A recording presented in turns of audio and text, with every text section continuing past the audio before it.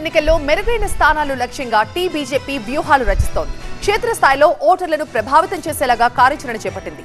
లోక్సభ ఎన్నికల సన్నాహక సమావేశంలో నేతలకు అభయ్ పటేల్ పలు సూచనలు చేశారు.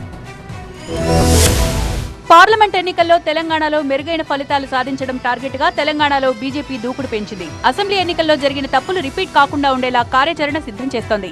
పార్టీ నాయకులు కార్యకర్తల మధ్య సమన్వయం కోసం మీటింగులు పెడుతున్నారు.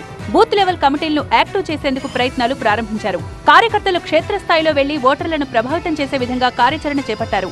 ఈ మేరకు రాష్ట్ర బీజేపీ కార్యాలయంలో లోక్సభ ఎన్నికల సన్నాహక సమావేశం జరిగింది. రాష్ట్ర ముఖ్య నేతలు, ప్రజాప్రతినిధులు వివిధ సంఘాలతో వరుస భేటీలు నిర్వహించారు.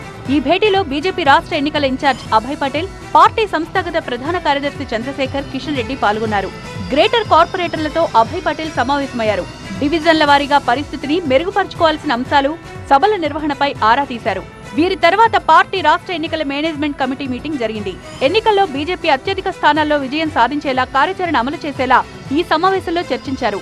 ప్రతి పార్లమెంట్ సెగ్మెంట్ సెంట్రిక్ గా పని విభజన, నిర్వహించాల్సిన కార్యక్రమాల గురించి కార్యాచరణ ప్రకటించారు. పార్టీ కార్యక్రమాలు, ప్రజా సమస్యలపై పోరాటం చేసేలా కార్యక్రమాలకు రూపకల్పన చేశారు.